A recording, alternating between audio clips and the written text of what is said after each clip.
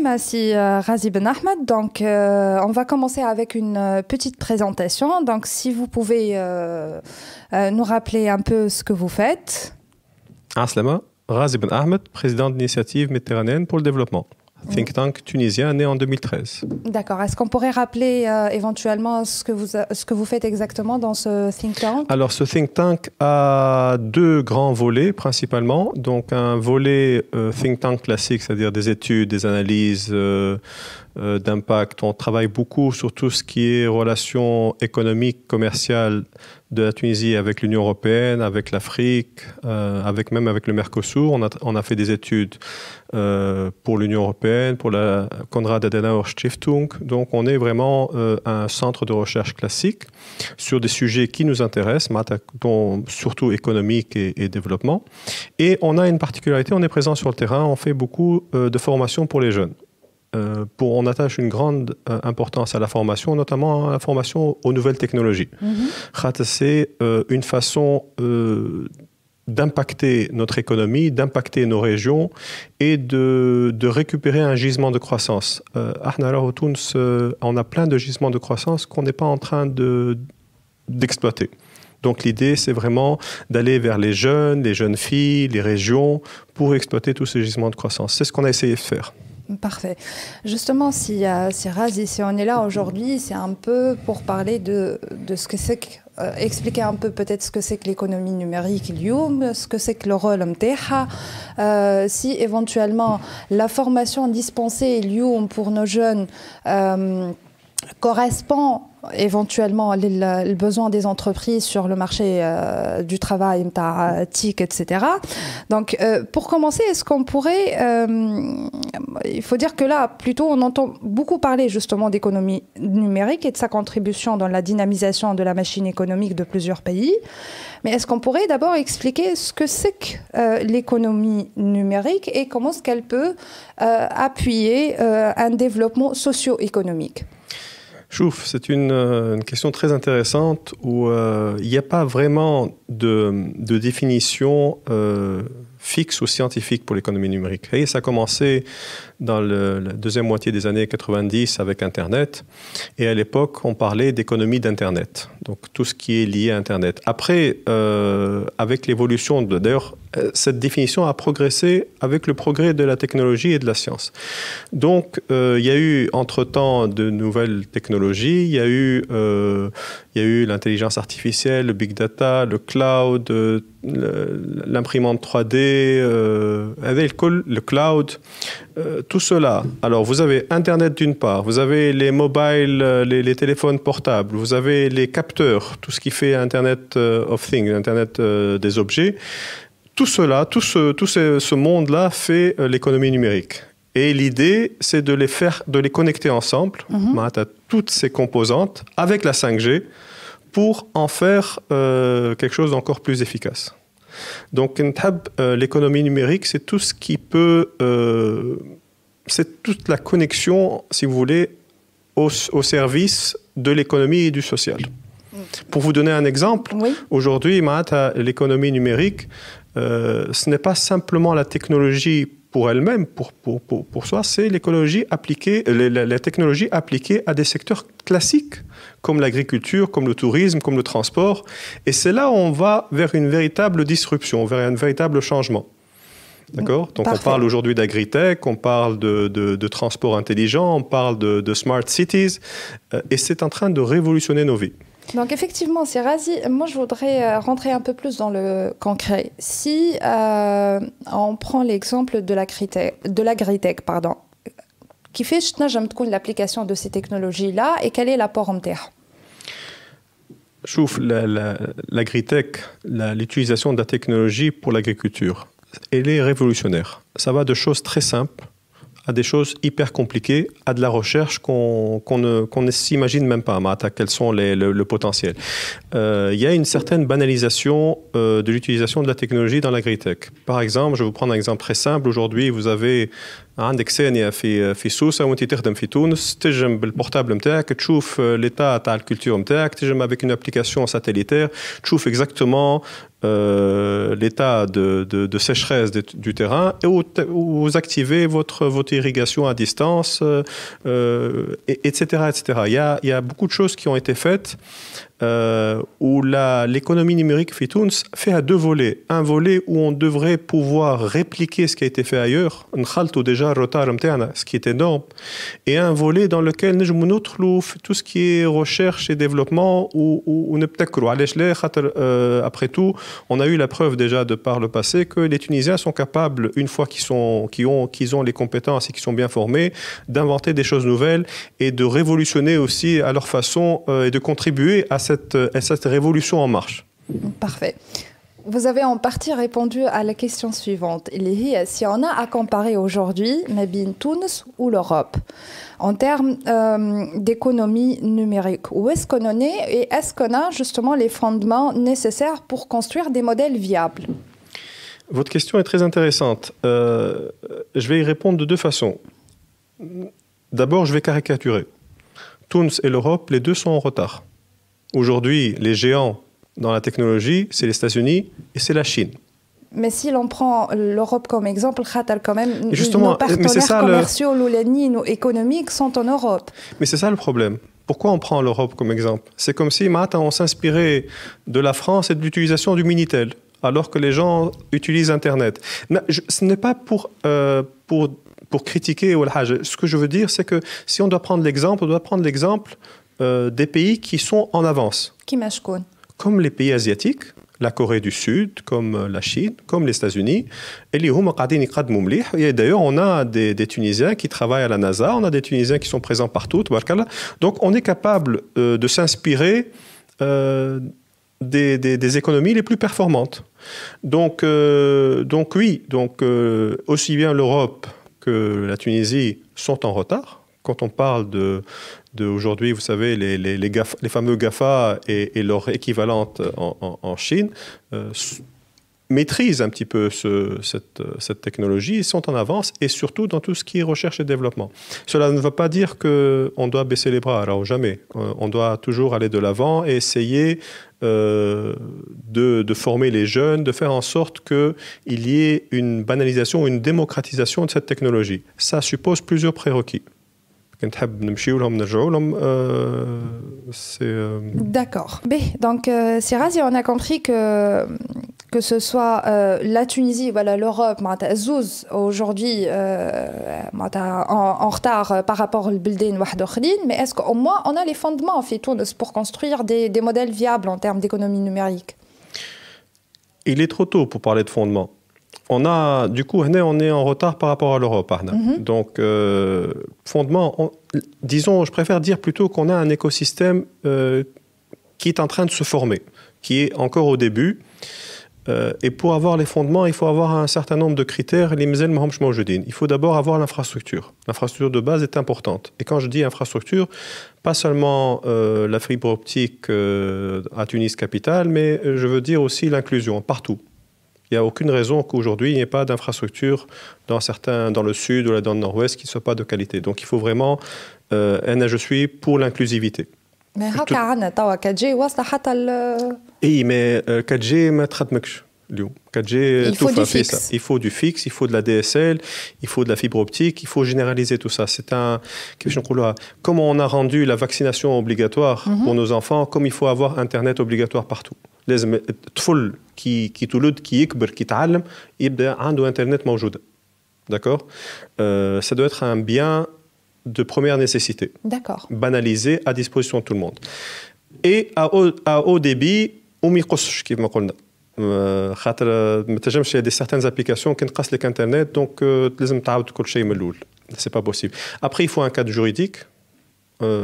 Du type Start-up Act, du type protection des données personnelles, plusieurs exemples. Donc il faut vraiment un cadre juridique qui soit qui soit adapté aux besoins. Et la difficulté, c'est que la technologie progresse plus vite que la réglementation. Donc, on a toujours un temps de retard. Il faut aussi une cybersécurité pour protéger tout cela.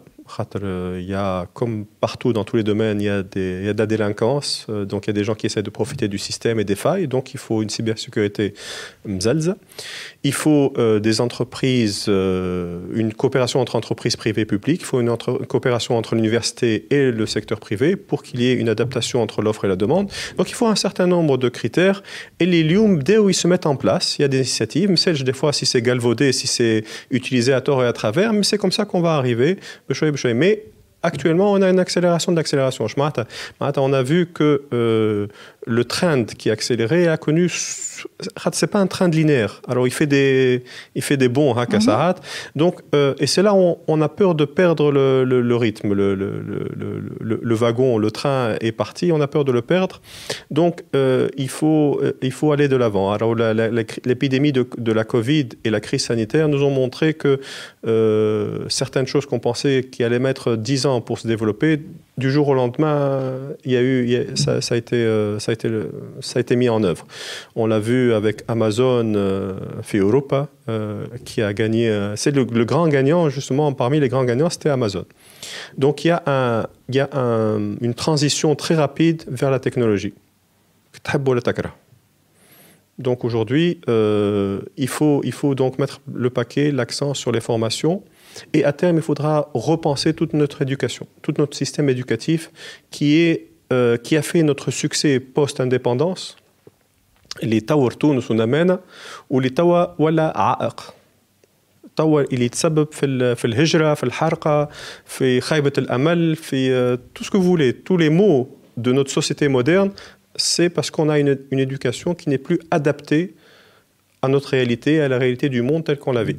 مرحبا بكم من جديد في دي جي كلوب. قبل البوز avec Sirazi donc حكينا على ce que c'est qu'un peu l'économie numérique, ce qu'elle peut jouer justement comme rôle dans la dynamisation de la machine économique, et si éventuellement احنا اليوم في تونس عندنا les fondements صحاح باش نجموا نعملوا ou on construit plutôt des modèles viables. Et Sirazi, vous avez justement évoqué un point crucial اللي هو l'éducation. قلت لنا اللي قبل ما نحطوا l'infrastructure وقبل ما نعملوا la réglementation etc. il faudrait peut-être repenser justement ce modèle éducatif اللي من وقت الpost-indépendance يظهر لي ما تبدلش معناها مازال هو بيدو. L'école d'aujourd'hui, qu'est-ce qu'elle apporte exactement? ما قلتش قبل ما نحطوا les fondamentaux. أنا je pense que il y a une question de sequencing. Il faut commencer par la formation de toute façon. Il faut sauver la génération actuelle. لازمها ترتقي إلى un niveau معين باش تنجم ترقى تحسن التشغيلية متاعها وتنجم تنمي قدراتها. Mais en même temps, il faut penser en parallèle à comment changer l'éducation. Changer l'éducation, l'éducation, ça a été notre fer de lance. L'éducation généralisée pour tout le monde. Il faut comprendre, alors, si on veut avoir une croissance économique, si on veut être un pays prospère, on ne peut pas se priver de certains gisements de croissance. Les gisements de croissance inexploités, c'est les régions marginalisées, où ils nous l'aident, c'est les jeunes femmes et les jeunes filles. On se prive de leur apport. Pourquoi elles sont au chômage? MDI, on a été formé des jeunes gens dans toute la République et dans le Sud où nous avons trouvé des talents, des jeunes filles talentueuses en technologie. On faisait des formations sur le gaming, mais malheureusement, ما تمشيش تخدم. ولا ما تلقاش خدمه في الريجون نتاعها ما تحبش تطلع لتونس العاصمه ولا تطلع dans une grande ville. Et donc notre PIB, la création de richesse en Tunisie est amputée de ce gisement de croissance que sont les femmes. Et à Tunis, on sait que le bled taurut ou kibrit بعد الاستقلال grâce aux femmes entre autres. Donc les gisements de croissance que sont les jeunes, les femmes, les régions défavorisées, il faut absolument les récupérer. Et ça, c'est possible avec les formations professionnelles, mais aussi avec l'éducation. Il faut la repenser. Elle doit être adaptée au 21e siècle à l'évolution de la technologie. Aujourd'hui, on a des gens qui ont des diplômes, mais il y a des entreprises étrangères qui viennent recruter ici en Tunisie. Il me faut au moins 1 an à le former pour pouvoir le mettre au bon rythme pour qu'il soit opérationnel. Pour qu'il soit opérationnel et pour qu'il soit vraiment, qu'il réponde. Le potentiel. Donc, il y a un travail à faire. Il y a un gros travail à faire et nos décideurs économiques et nos futurs gouvernements doivent y penser. On peut pas avec la formation simplement donc il faut vraiment repenser l'éducation et personnellement je préfère j'ai vu des jeunes qui étaient illettrés qui ne savaient pas parler en français ou en anglais ou il ne peut pas écrire une feuille convenablement mais pourtant c'est un hacker de génie. عنده في مخه يفهم l'informatique ou le coding بصفة مهولة. Allez, on n'en profite pas pour adapter l'enseignement à ce genre de jeunes-là. Il y en a plein des jeunes comme ça, Fitoun Sarah. Ils barbchou l'ordinateur وحدهم وتبارك الله عليهم معناتها خلقوا حاجات وعملوا حاجات très intéressantes. Donc, تشوف l'éducation telle qu'elle a été pensée dans le passé n'est plus valable pour ces gens-là. Tu te prives d'un jeune prodige en informatique, خاطر ما يعرفش يعمل CV ou ما يعرفش يعمل يكتب une lettre d'embauche. C'est pour ça que on a travaillé beaucoup avec les Finlandais. Les Finlandais ont ce qu'ils appellent l'enseignement ludique. Pour apprendre, il faut s'amuser. Pour apprendre لازم تغرم الشباب مش كي يمشي المكتب من الصباح عارف روحه باش يولي شومور ولا الدبلوم تاعو ما يسوى حد شيء دونك ماهوش كيفاش تحبوا يمشي مغروم ولا كيفاش تحب ما يأيسش ديجا من الصغرى وما يحرقش بعد فهمتني دونك هيك الغرمه هذيك لازمها نعاودوا نزرعوها في قلوب الشباب نتاعنا. Donc, si je comprends bien, à Lyon, il faut vraiment qu'on intègre quand même les nouvelles technologies, Absolument. Cette réflexion sur le fait de repenser l'éducation. Mais ma question serait, éventuellement les spécialités qui doivent impérativement, Lyon, يكونوا موجودين باش الشباب هذايا نهار اخر كيف يتخرج ولا ياخذ الدبلوم نتاعو معناها باش يخرج يلقى فريمون خدمه وخدمه كي اون اديكواسيون enfin الفورماسيون نتاعو تكون جوستومون اون اديكواسيون avec les besoins والا les offres d'emploi الموجودين sur le marché. شوف il y a deux choses. Il y a les technical skills et les soft skills. لازم يكونوا متوفرين. Les technical skills, c'est les métiers de demain. Les مش موجودين. لازم يتعلم l'informatique, le coding, le cloud, l'intelligence artificielle, le big data, des métiers d'avenir. Des formations d'avenir. En tant que MDI, on avait fait beaucoup de formations de ce style-là pour justement tester la capacité de ces jeunes-là à apprendre ou à découvrir les talents et sa voie d'avenir. Donc il y a ça et il y a les soft skills. Soft skills, alors ce n'est pas ساعات نفهموا حاجة بالمعنى قديم ولا معنى مش soft skills, c'est pas savoir écrire son CV et présenter ou pitcher. Soft skills, c'est vraiment apprendre à apprendre. اليوم عندك une jungle d'informations متوفرة كيفاش تعرف أن هي المعلومة اللي حاجتك بها ولا هي معلومة صحيحة. Donc il y a une nouvelle façon de penser, il y a une nouvelle façon de travailler en groupe, de former une équipe, donc tout ça c'est nouveau. Et c'est des soft skills qu'on doit à la limite, si je dois recruter un jeune, je préfère un jeune qui a une force d'adaptation, une force de compréhension rapide à faire. Plutôt qu'un jeune qui présente un CV avec des notes en français ou en maths ou très très bonnes. Je dis ça pour, encore une fois, c'est une caricature.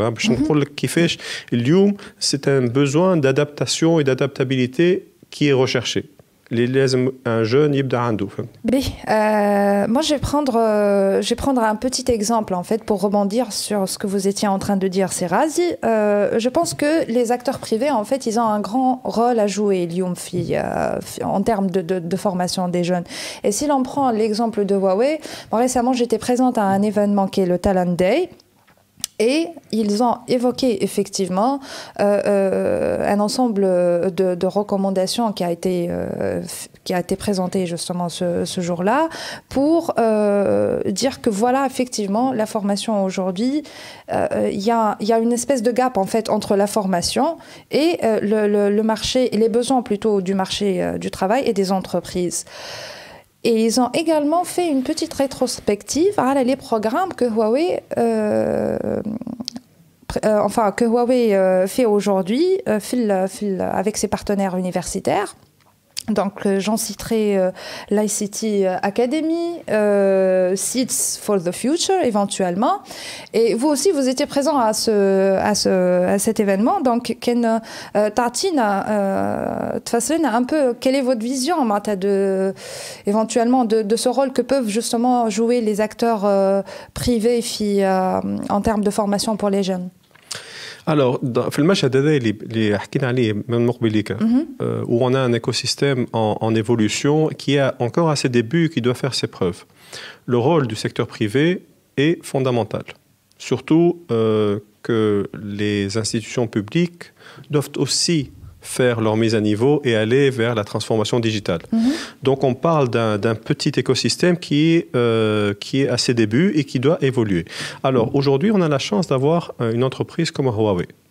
Allez, la chance. Ce n'est pas n'importe quel acteur, c'est un grand acteur qui a fait ses preuves et qui peut inculquer et transmettre aux jeunes non seulement la passion pour la technologie, non seulement une formation adaptée à des besoins futurs, mais fondamentalement des use cases concrets. En tant que MDI, quand on faisait des formations professionnelles sur les nouvelles technologies, on n'avait pas un use case. On faisait des formations qui servaient à montrer que ces jeunes-là étaient capables d'avoir le même niveau, voire meilleur, que leurs homologues européens ou américains. Mais ça ne s'accompagnait pas d'un cas concret de création d'emplois concrètement. On ne faisait pas le suivi. Aujourd'hui, Huawei utilise des use cases. Elle a une utilisation concrète sur laquelle vous êtes après, comme on dit. Donc, je pense que cette interaction est fondamentale. J'ai vu l'évolution de cette société et comment elle s'est insérée dans le paysage tunisien et les accords qu'ils ont fait avec pratiquement toutes les universités et les institutions qui comptent dans le pays. Donc, je ne peux qu'encourager ce genre de comportement responsable et en même temps qui va pousser un peu plus loin l'écosystème tunisien. Et j'appelle d'autres entreprises à faire de même. C'est indispensable. Parfait. Et sinon, cette disproportion, Mabine, justement, la formation, le mawjoud al-youm, et les offres d'emploi, voilà, les besoins des entreprises. Comment est-ce qu'on peut y remédier concrètement?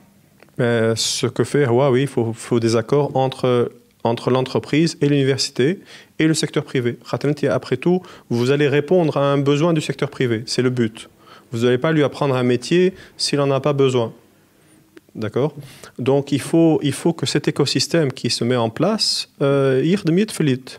comme ça, quand on forme un jeune, on le forme pour répondre à un besoin existant et pour une demande concrète réelle. C'est ce qu'on a appelé les use cases. Et on va le former à des métiers. Donc,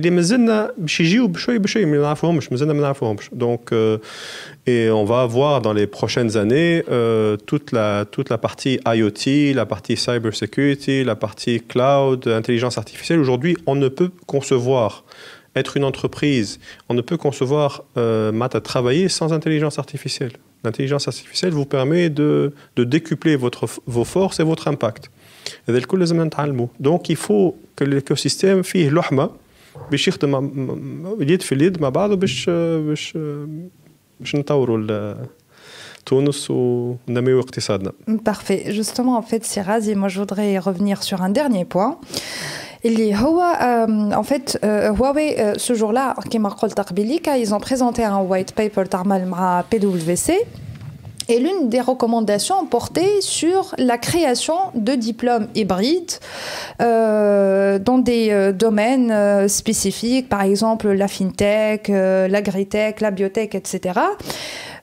Est-ce que vous pouvez nous dire en quoi est-ce que ça pourrait consister exactement? Qu'est-ce qu'on entend au juste avec le terme diplôme hybride? Je pense que par hybride, c'est l'adéquation entre un apprentissage théorique et une utilisation concrète. C'est ce que j'ai appelé justement les use cases. Pas pour la maîtriser en théorie ou en absolu, mais pouvoir l'appliquer concrètement. Aujourd'hui, on a des besoins dans l'agriculture, dans le tourisme, dans le transport. Et donc, on a besoin d'avoir des skills pour pouvoir maîtriser, pour pouvoir innover, pour pouvoir être en rupture avec le présent. Alors, la croissance économique et le salut du pays viendra d'un sursaut économique, de qafza nawaiya. Le qafza nawaiya, la technologie le permet. Je vais vous donner juste un petit exemple, pour que le qafza nawaiya, ce n'est pas en améliorant la bougie, Shama, qu'on a inventé l'ampoule électrique. Donc c'est un exemple que je cite souvent, mais qui veut bien dire ce qu'il veut dire. Alors il faut penser en rupture, innover de façon technologique et non technologique. C'est exactement ce que le livre blanc qui a été présenté au Talent Day essaye de montrer. Et qu'est-ce qu'il essaye de montrer? Ces deux principales recommandations, c'est qu'il y a une inadéquation qualitative et quantitative entre l'offre et la demande. Tout à fait. Quantitative, on n'a pas suffisamment. Qualitative, les skills qui sont appris aux jeunes ne sont pas adaptés. Donc, il faut les adapter, pas en absolu. Après tout, je ne vais pas créer 5000 joueurs de piano si je n'ai pas besoin. Je vais créer plutôt des métiers qui répondent à un besoin bien précis, comme dans l'agritech, l'agriculture, c'est un secteur fondamental de l'économie tunisienne. On augmente la productivité, le rendement dans un climat qui manque d'eau, qui manque de pesticides, qui manque de pas mal de choses. Donc, comment faire en sorte d'optimiser son rendement ou son impact avec des contraintes qui sont rigides, comme l'eau, comme tout ça. Donc, et la technologie le permet. La même chose, on pourrait aller pour l'environnement. Alors, par rapport au problème de l'environnement, il y a des gens qui disent ils appellent à la décroissance. La solution pour eux, c'est de ne plus produire, de ne plus croître. Je dis, la solution pour l'environnement, c'est l'utilisation intelligente de la technologie. Et il faut être confiant en la technologie qui va révolutionner notre monde. Parfait. Juste une petite dernière question. Est-ce que, par exemple, là en France, je sais qu'il y a ce qu'on appelle des systèmes d'alternance. Est-ce qu'on pourrait éventuellement assimiler ce que vous étiez en train de dire à ça? L'alternance, donc quoi? Je parle, c'est-à-dire les systèmes de formation en alternance, en fait. Là où tu es obligé justement de faire de la formation, en fait, en étant à la fois à l'école et au sein de l'entreprise. Et de toute façon, la formation, alors, on ne peut jamais dire que c'est bon. Formation, c'est une formation à vie. D'ailleurs, en Europe, on parle de la formation à vie, formation continue. Il faut toujours, surtout en technologie, ça avance tellement. Tous les jours, il y a des nouvelles inventions et des nouvelles applications. Donc, il faut vraiment être en contact avec cet écosystème qui évolue, donc une formation en alternance, il y a habada. D'accord. Et je pense que aussi, en termes de ce que vous étiez en train de dire, c'est plutôt le développement de compétences dans une espèce de formation en continu. En continu et adapté aux besoins du marché. D'accord. Pas décroché, pas mal en théorie. D'accord, parfait. Merci beaucoup, Sirazi. Yatik Saha, merci de m'avoir invité. Yatik Saha Ligit Bahdena. Ça a été très instructif. On espère vous revoir bientôt, Bahdena. À votre disposition. Yaïchak, merci beaucoup.